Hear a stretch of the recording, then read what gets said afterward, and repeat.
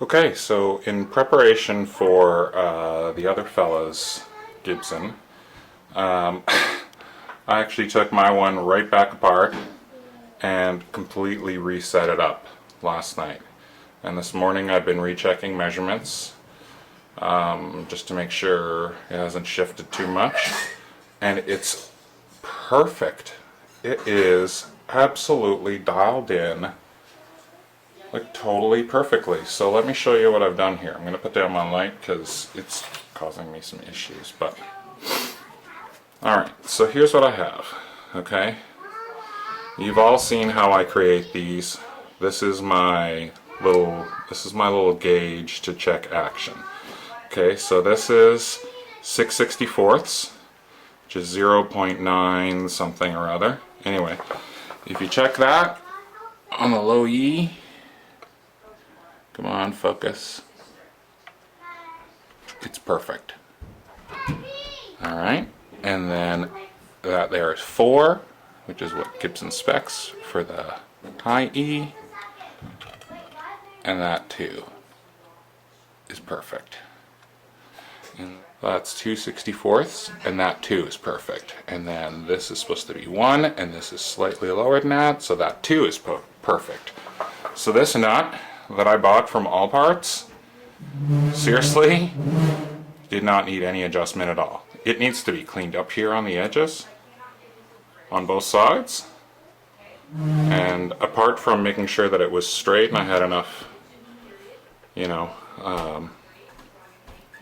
like that it was straight this way. And actually, I don't know, now that I look at it, maybe it could come over just a touch. But it's playing well. I mean, it looks straight down the fretboard. So, seems okay to me. I'm going to check it against my other one, just to measure if I need to, because I haven't glued that in or anything like that. That's just been dropped in, the slot's been cleaned out. So, fella, if you, I don't want to say your name. I don't want to reveal the owner's name. I just accidentally said the owner's name, so I'm going to cut that part out of the video.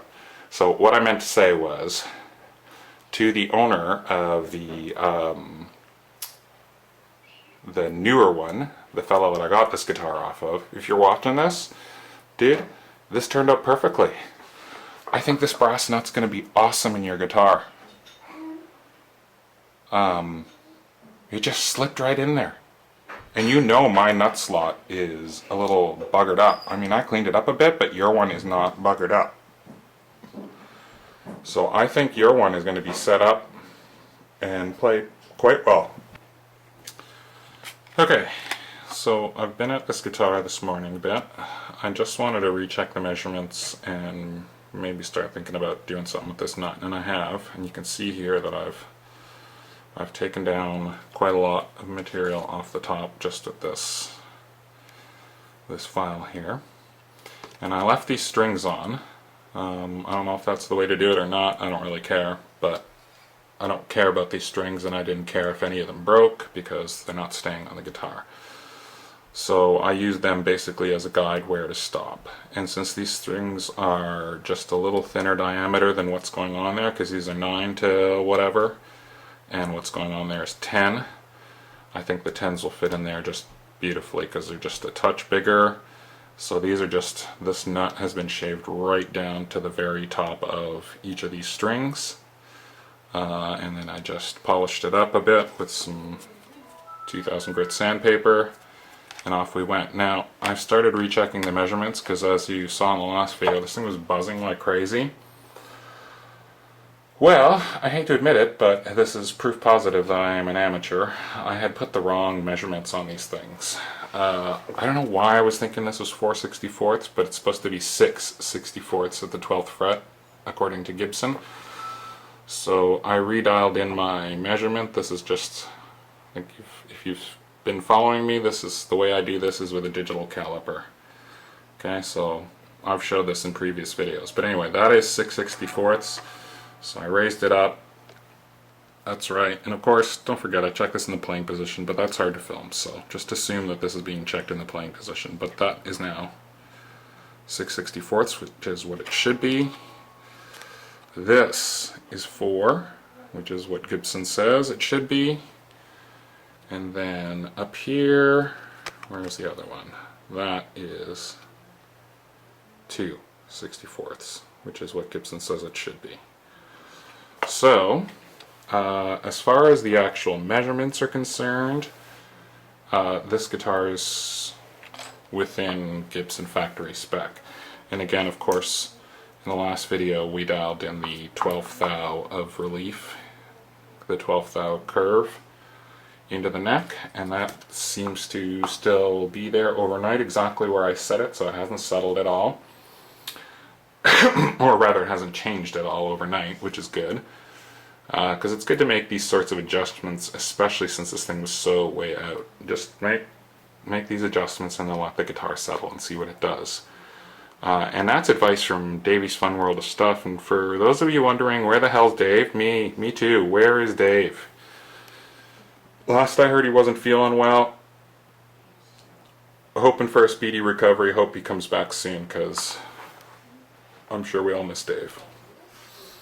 Okay, so now that I've brought the action up to Gibson actually correct factory spec, this was actually way too low last night. I'd set the low E to 4 and this one to 3. I don't know what I was thinking, but it's supposed to be 6 and 4. And then again, just this is supposed to be 2 and 1. So it's not as rattly as it once was. It's not so bad anymore.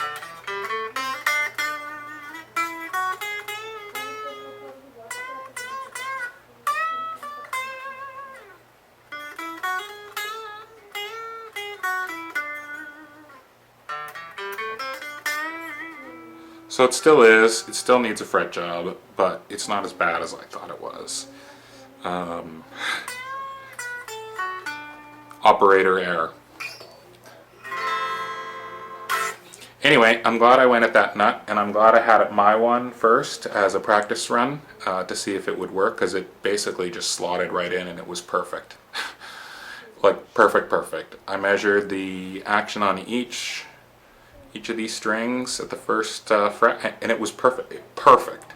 So my one, if my one is any indication of how this is going to go, it's going to be good. And if it doesn't go well, I know this one is now okay. So I can put it back in, and there's nothing wrong with it. So that's why I wanted to dial this one in first, and just make sure it was perfect. So that if something does go wrong with that, I have a backup plan.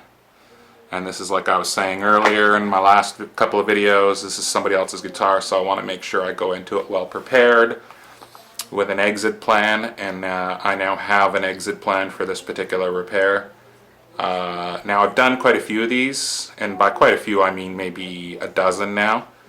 So I'm pretty confident about what I'm doing, but I did want to have a good practice run because I've never done one of these brass ones. So I'm glad I took the practice run at my one, because this seems to be quite a good buy. For $10, you can't go wrong. All parts, like, that's fantastic. So anyway, that's where we're at today. I'm waiting on some materials to do the fret job. So that's where we're at. Not as bad as I thought, which is really encouraging, which means we have heaps of room of adjustment here in the bridge, which is great. We're nowhere near going to bottom out with this. And I'm honestly, I haven't even plugged it in, but it sounds great.